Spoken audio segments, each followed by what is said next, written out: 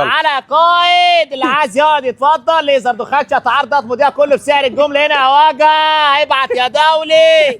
لازم كل رمضان اتسحر عند محمد المنوفي. بحب الفول بتاعه، بحب الطعميه المحشيه، الجبنه المقليه، حاجات كلها عنده شقيه كده وفاهم، وتخليك تصحى الصبح عطشان والدنيا مسوده في وشك ومش طايق حد. انا هبدا اول حاجه بالطعميه عشان الطعميه لسه سخنه. تعالى ناخد طعميه الكيري. باينه عندك يا صاحبي؟ باينه الكيري عندك؟ واحده الكيري كده، شويه ورقيات. الورقيات حلوه جدا عشان تطيع مفعول الزيت. يلا ندوق. طعميه حلوه قوي يا جماعه، حلوه قوي، متحبشه كده. الكيري جميل، يعني كل حاجه حلوه، يعني انا مبسوط. هناخد كل الحاجات اللي بتعطش ورا بعض. الجبنه المقليه بص بتمط ازاي، شايف المطه؟ تعالى ندوق. جبنه حلوه قوي، حته كبيره من الصغيره، ودي حاجه حلوه قوي. والكرانشز اللي عليها من بره دي ممتازه. لغايه دلوقتي ما كلمتكش عن الفول، بس الفول هنا شارح نفسه. فول تقيل، طحينه، زيت حار، تتبيله، شويه بصل، شويه فلفل، بيدلحولك، بيخليه مجنون، فاهم؟ واحده فول عليها واحده بيض عشان البروتين، حته بتنجان تحمي على صدرك، وانتوا عارفين بيرفكت بايت. يلا ندوق.